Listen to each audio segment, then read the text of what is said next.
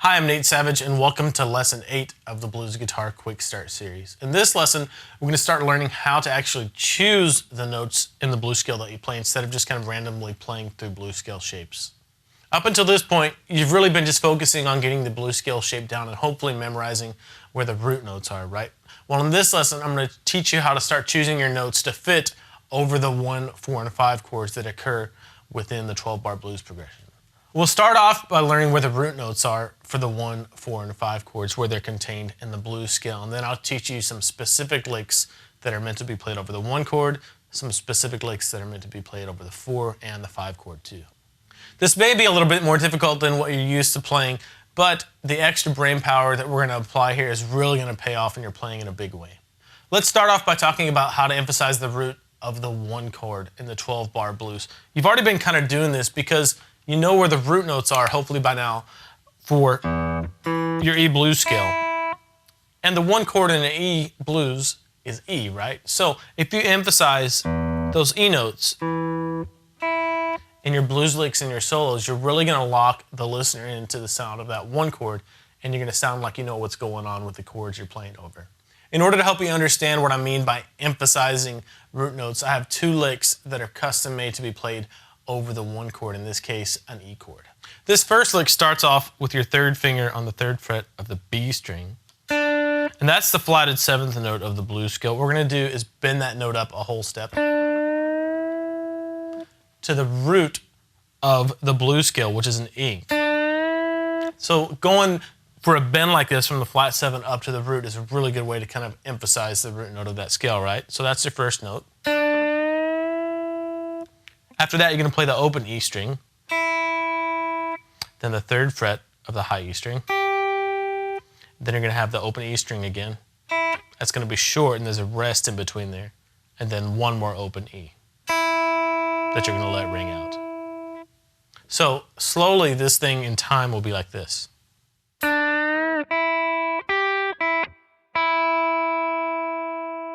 Now, do you see how I was kind of emphasizing or putting more importance on the root note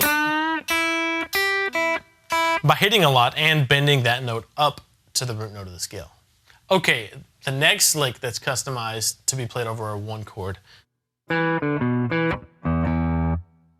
And this could be like more of a rhythm riff, or it could be part of a solo too. Basically, we're starting on the E root note right here, then playing the open D string, and then the 2nd fret of the A string. Then you're going to roll your finger over to the 2nd fret, that root note again, on the 2nd fret of the D string. And then you have a rest, and then you're going to hit the open E string twice. So that's another root note, right? And again, the rhythm for this one is this right here. 1, 2, 3, 4. So do you see how we've kind of either started and or emphasized the root notes of that 1 chord to help these licks fit over the 1 chord a little bit better? You can do the exact same thing when the 4 chord comes around in the 12-bar blues progression. Remember, measures 5 and 6 are the 4 chords. So basically all you have to do is emphasize the root notes of the 4 chord. The 4 chord is an A, so the root note of the 4 chord would be an A note. So your root note locations for the 4 chord in this blues scale are the open A string and the 2nd fret of the G string. Work on memorizing where those locations are. Here are a couple licks that are custom made to go over the 4 chord. Start off on the root note there on the 2nd fret of the G on that A note. Play that, then play it open, then play the 2nd fret of the D string, back to the open G, then back to that A note, and you're going to end with the open A string. So we're kind of really emphasizing that A note.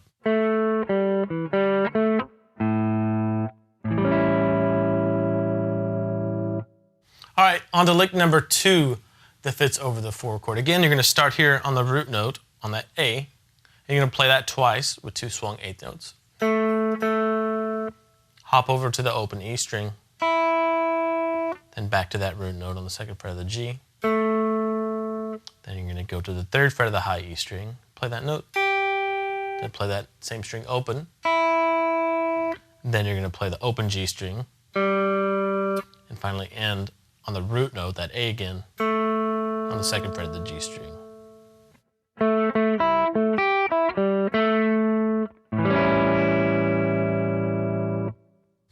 And I know that's a lot of kind of information to think about. If all you can do at first is remember where the root notes are for the 4 chord, an A there, and an A there, that's totally fine. That's the next step that you need to do. Now I need to learn where the root notes for the 5 chord are so we can learn a couple of licks that are custom made for the 5 chord. So the 5 chord in the key of E blues is a B. So we have a B here on the second fret of the A string. And we have the open B string as well. So memorize where those 2 notes are, and the idea is to emphasize them when you're playing over the 5 chord a little bit. So let's go over a couple of licks that I've written out for you that help you emphasize the root note of the 5 chord. First note on this one, you're going to come to the second fret of the G string with your middle finger. You're going to bend that note up a whole step. Basically, it's an A. We're bending it up to a B. B is the root note of the 5 chord. So next 2 notes are the open B string, the root note, then the 3rd fret of the B string, then back to the root, the B, and then the 2nd fret of the G string. And then you're going to end on the root note again, the open B string.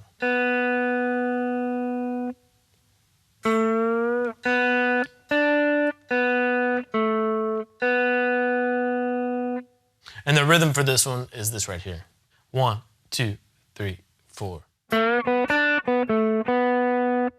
This next lick that's meant to be played over the 5 chord or emphasizes the root note of the 5 chord is basically a descending down just a regular minor pentatonic scale, the E minor pentatonic. So you have the highest note here on the 3rd fret of the open E string, then the open E, 3rd fret of the B string, open B string, our root note, right? Then the 2nd fret of the G string, open G string, and you're going to come end on that B root note.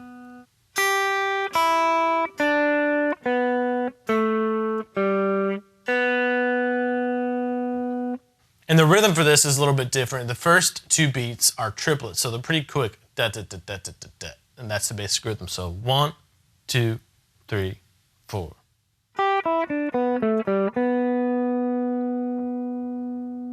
Now that you have the basic idea of what I mean by emphasizing the root notes of the chords over which you're playing for your leads, what you want to do is pull up the jam track and just try to put this into practice. If all you can do is hit the root notes of the chord as they're whizzing by, that's totally fine. That's really the next step into learning how to choose your notes in your solos instead of just flying through the scales, right?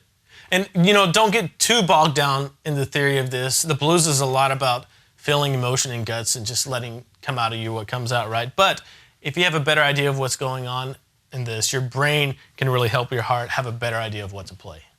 So here's what it might sound like if you're just trying to hit the root notes of the chords in the standard 12-bar blues progression.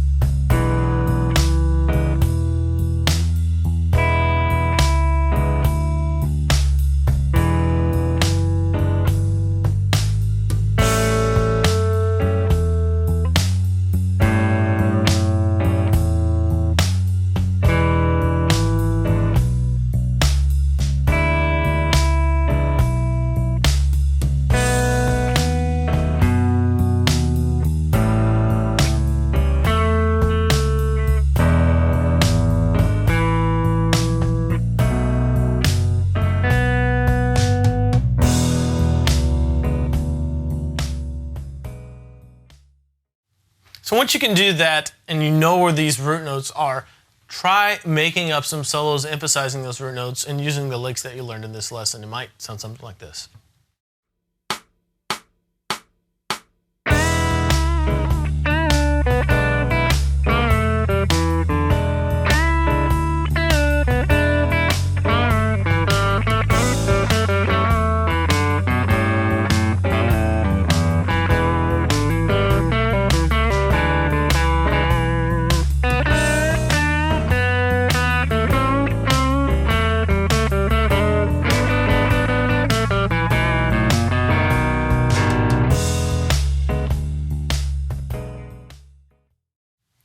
I know this is a lot of information to digest, but the good news is if you can apply this to your playing, you're going to be leaps and bounds above a lot of guitar players, right? Choosing your notes instead of just playing through the blues scale at random.